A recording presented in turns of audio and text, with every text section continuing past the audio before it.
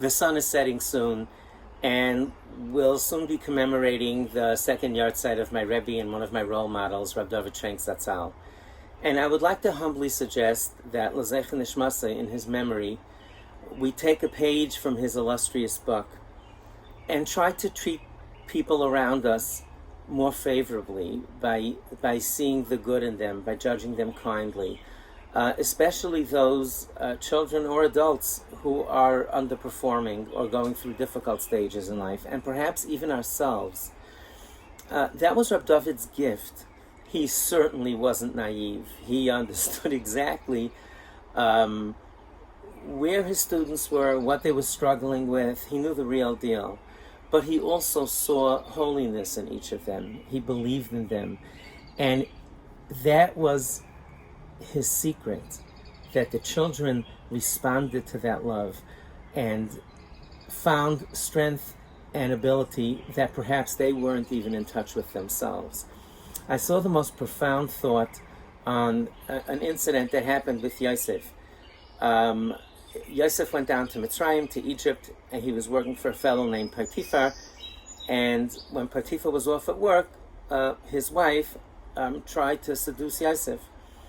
And as Yosef was close to sin, he saw the Musti Yukna Shel Aviv. He saw his father's image.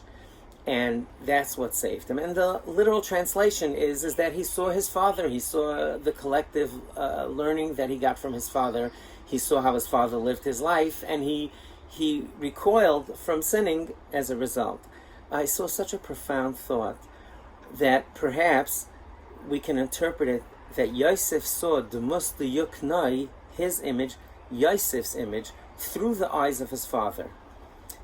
That means that Yosef saw how highly his father thought of him.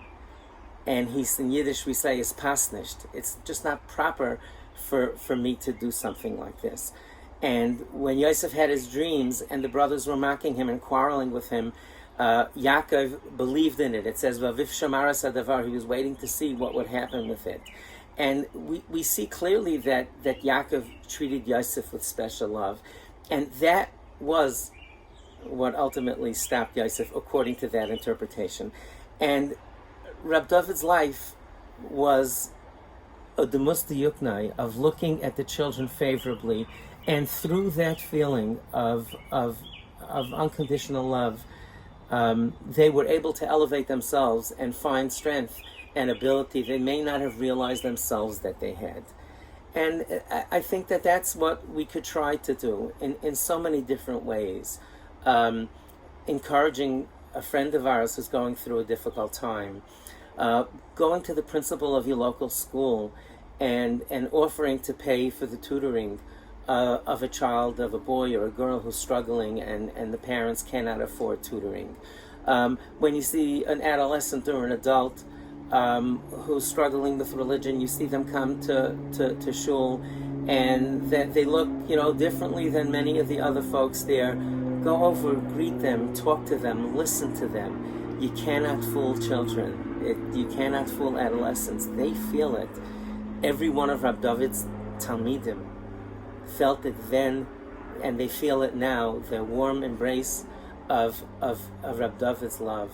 And that's something that we can all do in some areas of our life. And that should be an ultimate schus for Reb Dovid's holy neshama.